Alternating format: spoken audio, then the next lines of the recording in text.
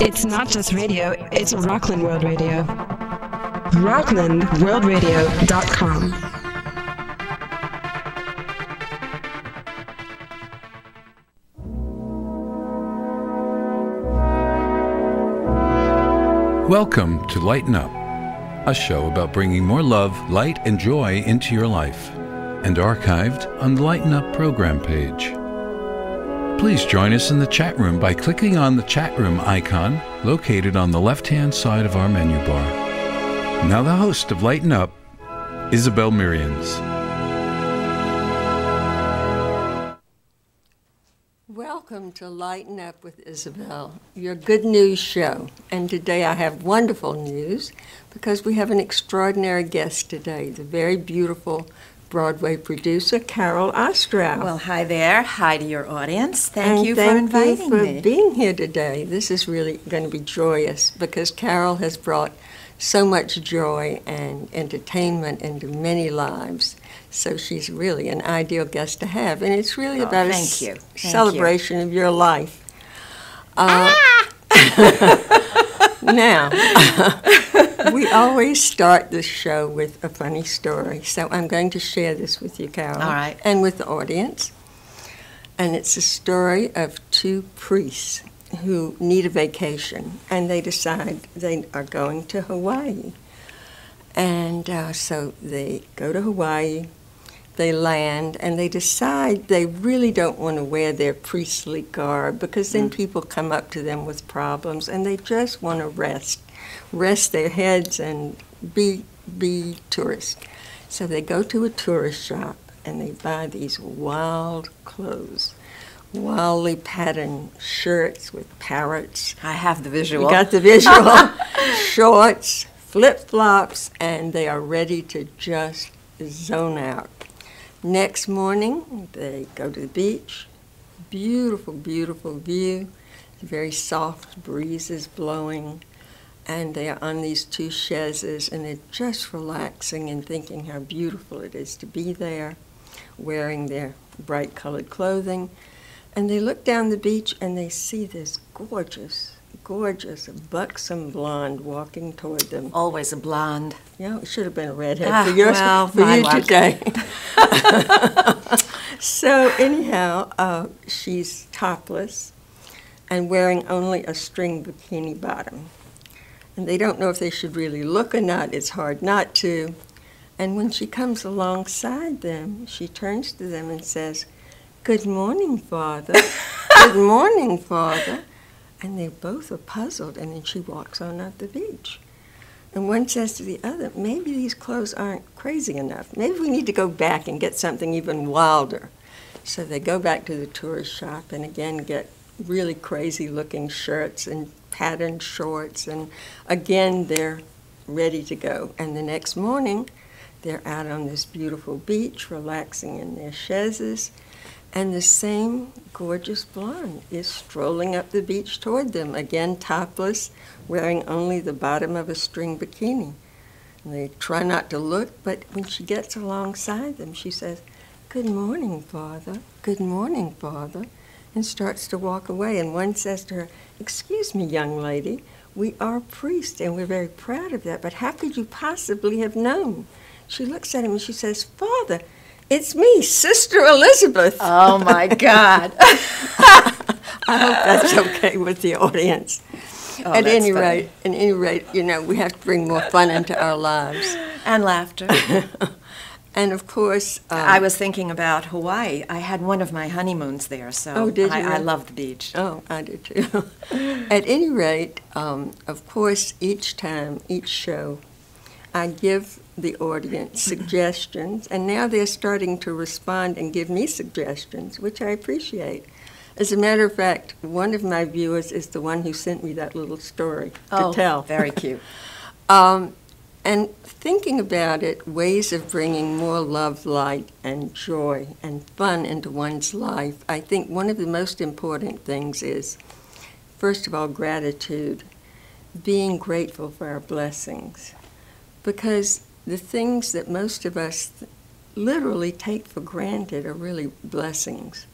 We have our vision, or we have our hearing, or we're not living in a war zone, or we can turn on a faucet and get clean water. Those are all really big blessings, and Yes. hopefully we all have someone in our lives that we care about deeply, a friend, family, whatever. Yes. So I think it's important.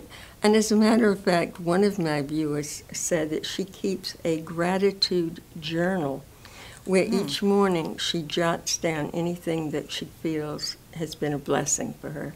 And I thought that was really a very lovely thing. So I just want to mention that. And of course, grown-ups don't play enough. And so I think... That's true. We forget that we're just grown-up children. Right. And so my suggestion is always find one fun thing to do every day. No matter how simple that thing can be, it doesn't... The other day I was sitting in my den and I was watching these two beautiful little birds building a nest. And it was so joyous. I mean, it doesn't have to be a big extravaganza to be fun. So, anyhow, having said that, I want to tell my audience a little bit about you. Carol is a Broadway producer, a dancer, a choreographer, let's see, a business Actress. an actress, a business owner, I am. and all of these things wrapped up into one beautiful package. Well, So thank you I very told much. her, I told her today was a celebration of her life. We're going to talk about her. And so for me, you're an ideal guest because you exemplify many of the things that I teach. And certainly the concept that the words that we speak, the thoughts that we have, eventually become our reality and shape our lives. So I'd really, with you, like to go back to the beginning because you've had a very big career and know, how did you start? I mean, were you a little girl when you first sang for your supper? Well, of course, that really, I've never grown up from being that little girl that my mother trained as a dancer. She was did so she? beautiful, and a dancer, and a wonderful. singer. But she got married at 17 and had children and could never pursue her career. So when I was born, she told me that I would bounce around whenever I heard music. So she said, a dancer is born. So at 2 years old, I'm in dancing school. Oh, my. And I do remember So you some got of a it. head start. I did. Oh, my God. But it was my mother pushing me, and when I grew up, I didn't really know whether it was my mother's dream for me or my own.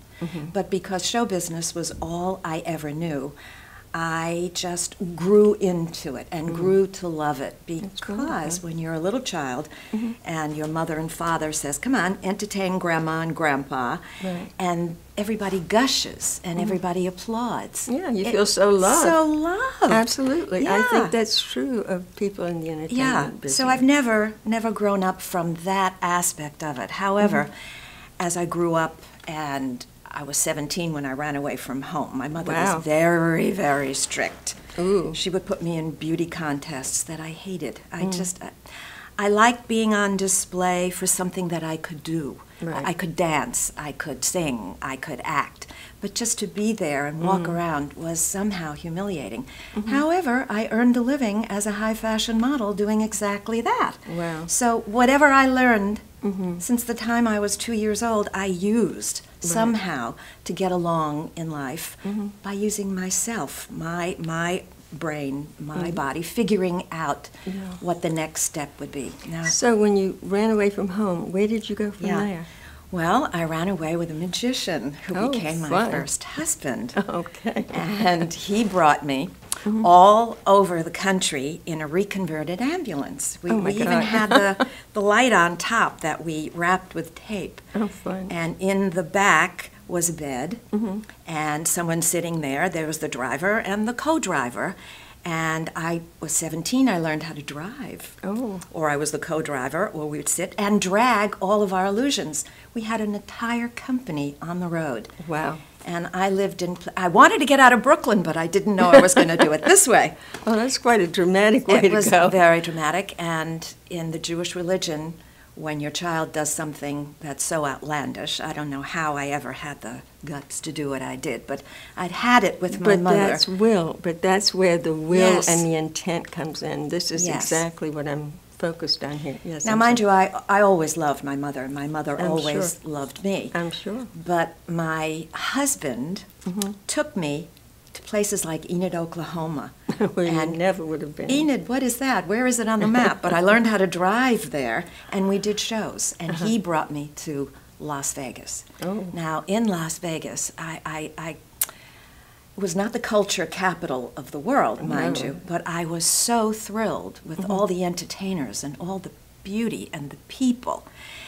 But still, I wanted to go to school. I knew, having graduated with honors from high school, I knew I could never be anything in life without going to school.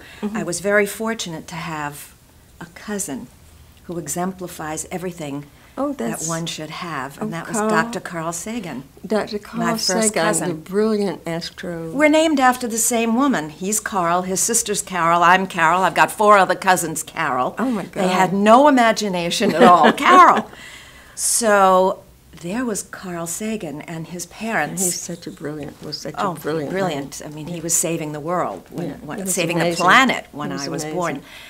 But his parents always encouraged me. It was Sam Sagan who made coats Oh, really? for me and for my cousin Carol. Can you imagine? We had sweet. matching coats Oh, how from cute. Sam Sagan. Oh, that's sweet. And very simple beginnings, all of us. And so here I am in Las Vegas, and from my dance training, I auditioned for shows, and I became a dancer. I was a Don Arden dancer at the Desert Inn, divorced that husband, and went to school. And from there, I traveled to Miami Beach, Florida, because I wasn't happy in Las Vegas. It was too much happening and too many distractions. So I go to Florida. And my mother followed me, of course, to Las Vegas. And she would sit there and say, "That's my daughter." It thrilled her. And so I realized I was realizing her dreams. dream. But show business was all that I knew. But So when you started to say before Yeah. where did you begin your education? You started to say Brooklyn. I was a Brooklyn girl and graduated from James Madison High School in 19... Okay. No, but I was just asking that question. Yeah, I graduated from high school and then met this man. I actually was very fortunate, but the drama teacher at James Madison High School took a very big liking to me, and through him I got a scholarship to Hofstra University. Oh, how lovely. A full drama scholarship. How But lovely. I didn't take advantage of it. I Oh, wanted to you leave were- home, seek my fortune, Okay. And marrying you- this crazy man, but it was fabulous, and I don't know very many other girls who have this story to tell. I know. I really appreciate you telling it. Yeah, so I went from Las Vegas, on the road, doing all the magic tricks, But now loving it. But now you're in Las Florida. Vegas. And I then- went to Reno and then to Florida, Florida. transferred my school records to the University of Miami, and I'm working at the Sheraton Hotel, which was the Americana first, in a show called Les Femmes de Paris. Oh. And I'm enjoying it and I'm loving it, but again, it was a very difficult life. So I decided, instead of being a dancer, because I broke all of my toes, I know you have trouble with your feet too, broke my toes, I was wearing contact lenses, I swallowed a contact lens, went in my eye, I don't know what happened to it, and I would strain my back, my neck, and I thought, this is not for me for very long. So I went to Barry Ashton, bless his heart, he died from AIDS, and he was so good to all of us. And I said, I want to be a choreographer like you. Can I shadow you to learn how to do that? Because it seems that's a much easier life than the dancer. And he said, yes, you can do that. So he gave me my first break, Oh, how nice. learning how to choreograph. And while I was there, I met my second husband. And he came to the show to see the Les Femmes de Paris show, and I happened to sit next to him in the lounge because I was also a part-time singer in the lounge just to make a little extra my money. goodness. In between the first show, the second show, the fourth show, Oh, there God. I was.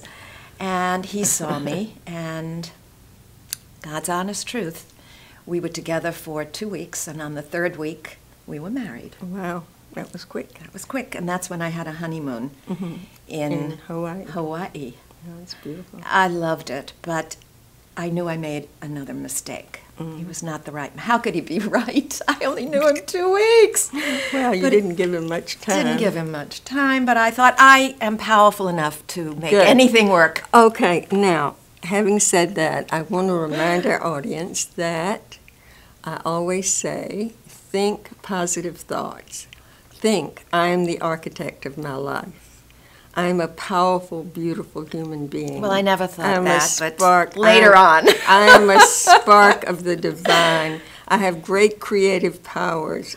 Always think and put those positive suggestions not only in your mind, but in your gratitude journal. There might be room for those as well.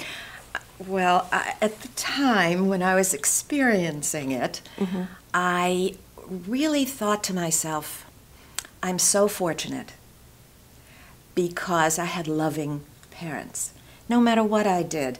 Not my mother so much. My father was unconditional love wherever I was. It finally got him out of Brooklyn. So he visited me. We're very supportive.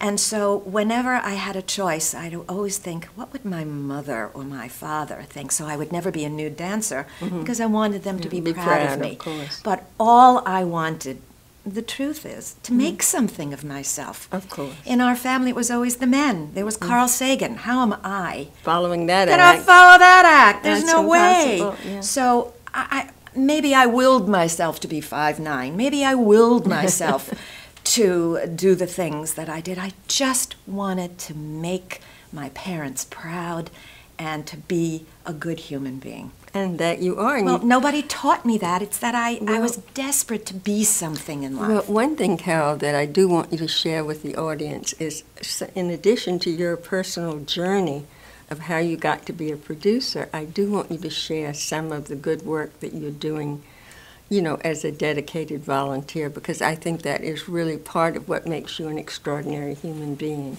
Well, thank you. Okay, but we'll get to that. So you left husband 2. Next chapter. Next chapter, yes. I didn't leave husband number 2 that quickly. We went to Washington, D.C. And in Washington, D.C., I had to figure out what is it that I want to do, because he was, unbeknownst to me, gorgeous guy, phenomenally wealthy. So he did nothing. Oh. And it don't doesn't relate matter to if you that, played yeah. golf, if you played tennis, I don't care. Do it with love and devotion and passion. But he didn't. I was his only passion. And That gets exhausting. very tiring. So I realized that I'm going to be a model. In that way, I can use my dancing experience and my choreography experience. And by golly, I got jobs at Saks Fifth Avenue, Hochul Cohn in Baltimore, Heck Company, and Garfinkel's at that time. And I offered free of charge to choreograph their shows, which were so dull at that time that the models just looked angry and walked human hangers for the clothing. I bet you jazzed it up. Jazzed it up and got them to move, and they sold clothes. They did. Everybody was happy, and I was thrilled. So I earned money that way and realized I wasn't happy with this husband and left him. However, I bought the modeling agency that I worked for. Oh, really? Interesting. Because modeling, you have to be very thin. I wasn't meant to be very, very thin. So I turned into an anorexic bulimic to force myself. Oh, terrible, Carol. But I was a top model. It simply was destroying my health. Yeah, well, that's I knew I could, thank God I was smart enough to stop it, because that's a very scary thing. It's very scary. Very scary. Absolutely. I stopped it, bought the agency, and went ahead and started choreographing shows and doing tours of Washington. Washington, D.C. is so phenomenal. I never, ever expected to leave, because I made a lovely life for myself. So. And I had wonderful friends that I still have from childhood, and that makes That's everything a little easier. It was so frightening to leave and be on my own, but what I've learned is be frightened and do it anyway. Well, you know, Eleanor Roosevelt once made a statement that I thought was really interesting. She said, do one thing each day that frightens you, because it takes you out of your comfort zone, and it puts you and gives you a whole different perspective. Well, I wish I had heard that before. That's a quote from Eleanor Roosevelt. Very smart. Yeah, very smart she was and a brilliant wonderful lady. woman. Very Absolutely. brilliant. But I wasn't that smart to know that. No, so, but you know. But I did what I did, and I realized that there was no Prince Charming. Mm-hmm. My parents had only love. They didn't have money. They would have helped me, but I was too proud. Mm. I didn't want that. I wanted to make it on my own. Mm. And somehow I did.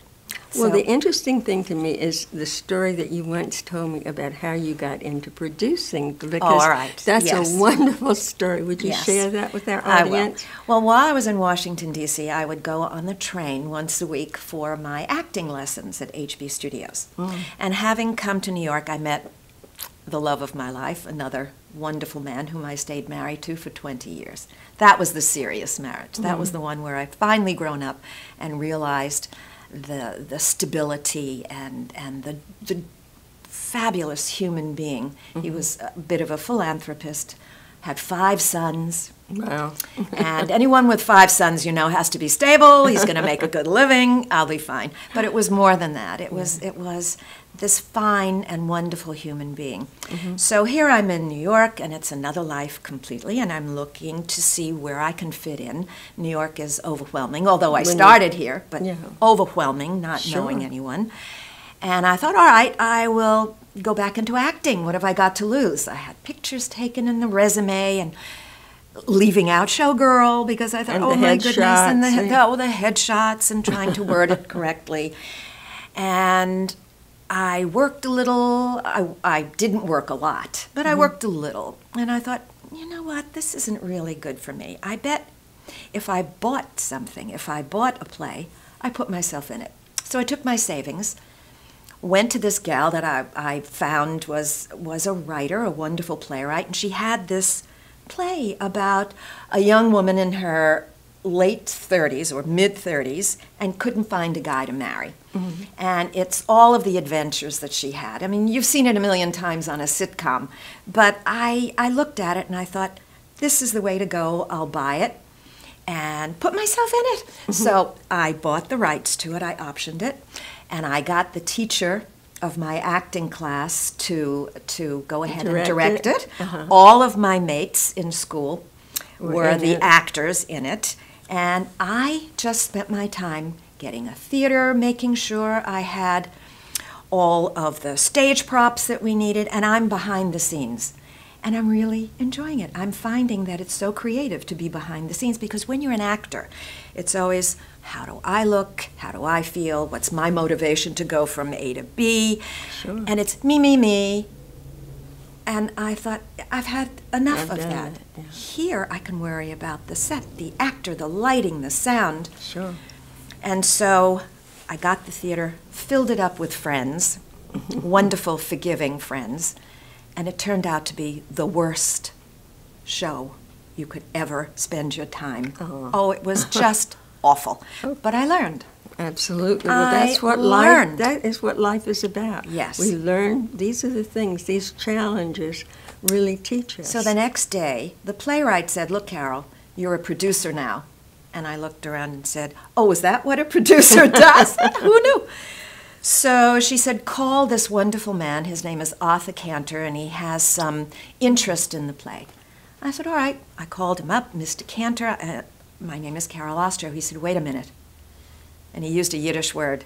He said, was that your verkackte show I saw last night? Oh, yeah. He said, don't put another nickel in it. But if you want to learn how to produce, come to my office and I'll teach you. What a fabulous opportunity. I didn't walk. I floated. It was 1501 Broadway, an old Broadway building. And it was an old office. It was just what you would see if you had seen the producers and you saw Max, whatever his name was, and Bialystok. Yes, it was that office.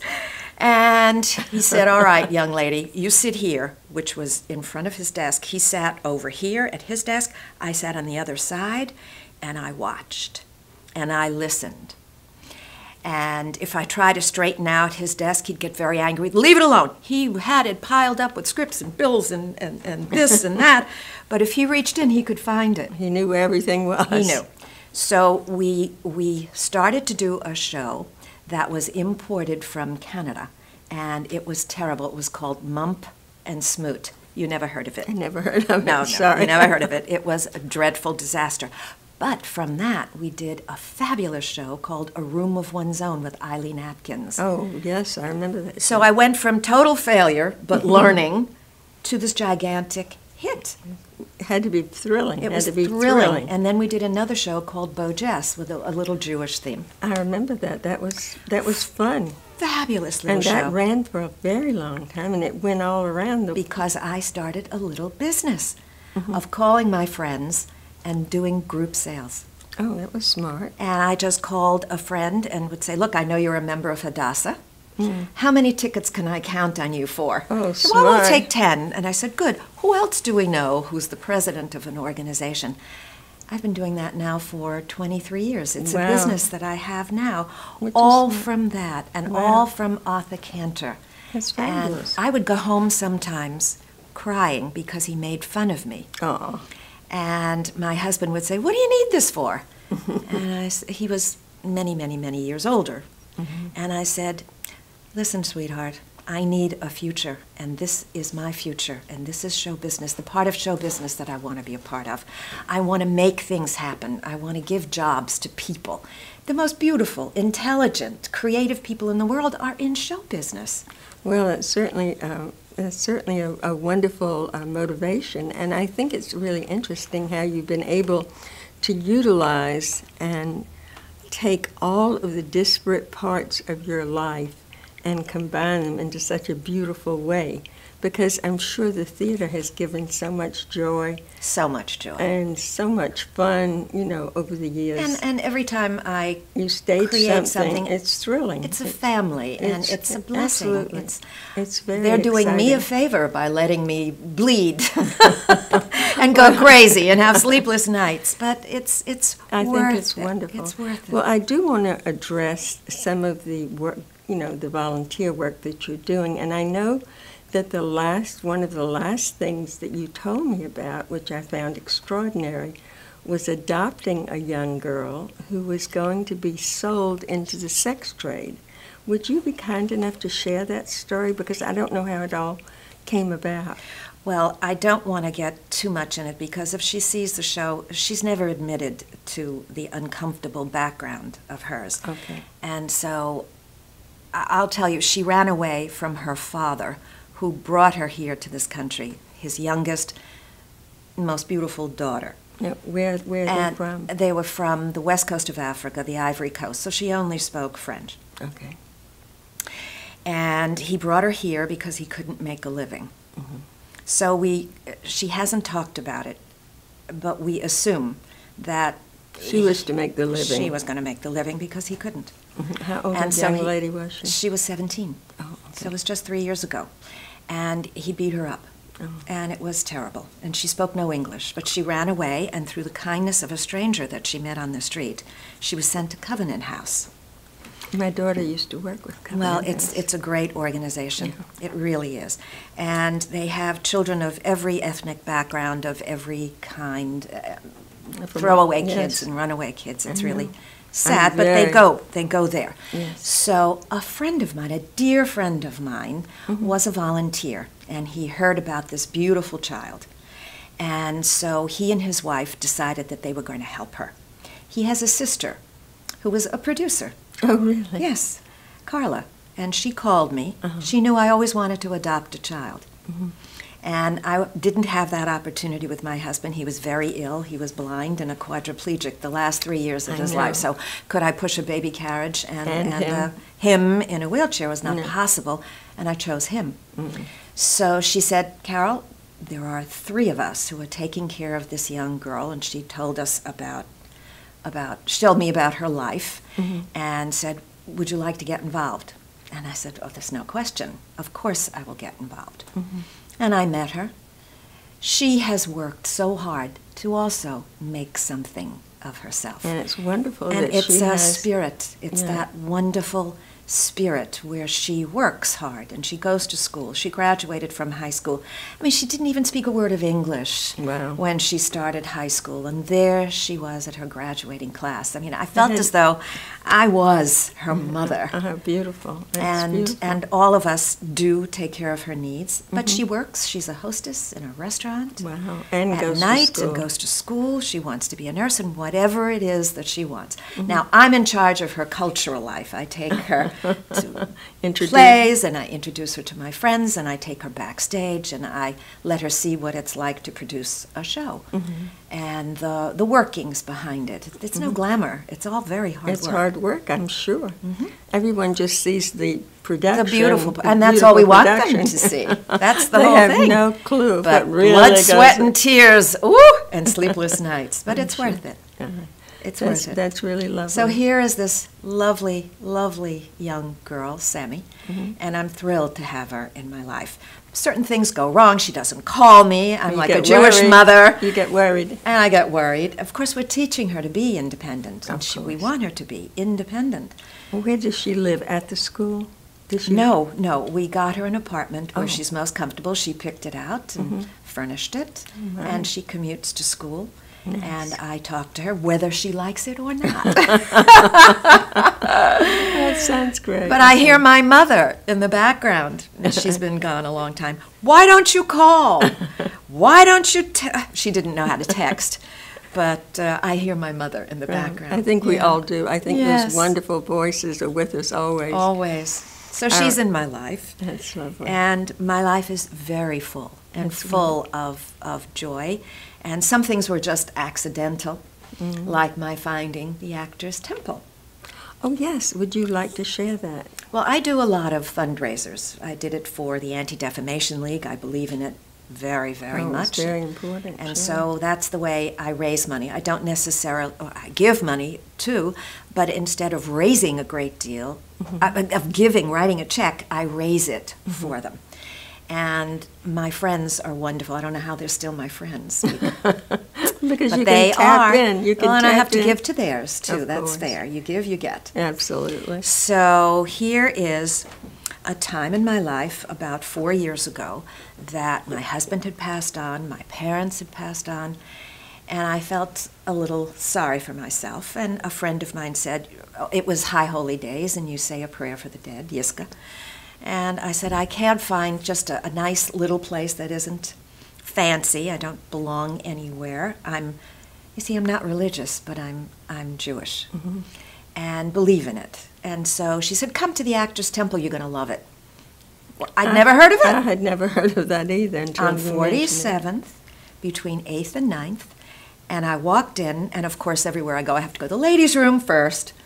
So I started walking up the steps, and the steps were very rickety. But on the stairwell were pictures of all the old-time actors who had appeared there, because not only is it a synagogue, but it's also a theater. And there was Edward G. Robinson, Sophie Tucker, Milton Berle, George Jessel, I mean, actors, directors, and the photographs producers. Were really photographs were all up on the stairwell. Really? And I said, this must be where I was meant to be. These are all, Shelley Winter's face, that beautiful face, was there. And I thought, this is a place I want to be. And then I went downstairs, and I noticed up on the ceiling that it was leaking, and that the floors were buckling. And I said, that's it. I have to do something to raise the money. It's a very old building. It's a whole building. And it's going to be, in 2 years, 100 years old. Wow. So I've sort of made it my whole raison d'etre to raise the money for the restoration of the Actors Temple. Well, that's a wonderful goal, Carol. Big job. A big job. I need help. Well, that's fabulous. But it makes me feel good. It makes me feel as wonderful. though I'm keeping alive the ghosts Our of tradition. all those people. Yeah, and they made it possible for me Yes. to have a career in this wonderful, beautiful country of ours. That's extraordinary. Well, I want to thank you so much for joining me today. I think it's been a wonderful and fun, certainly fun for me. I can't believe I've talked so much. No.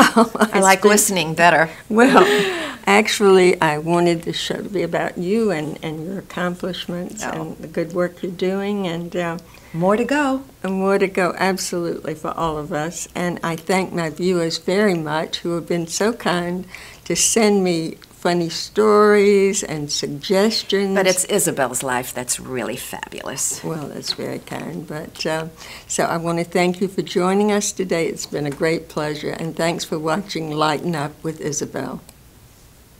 Bye. Bye.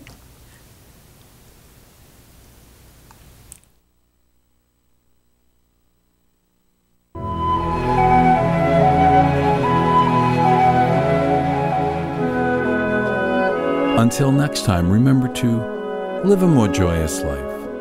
Lighten up.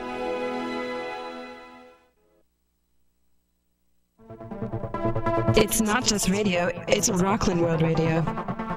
RocklandWorldRadio.com.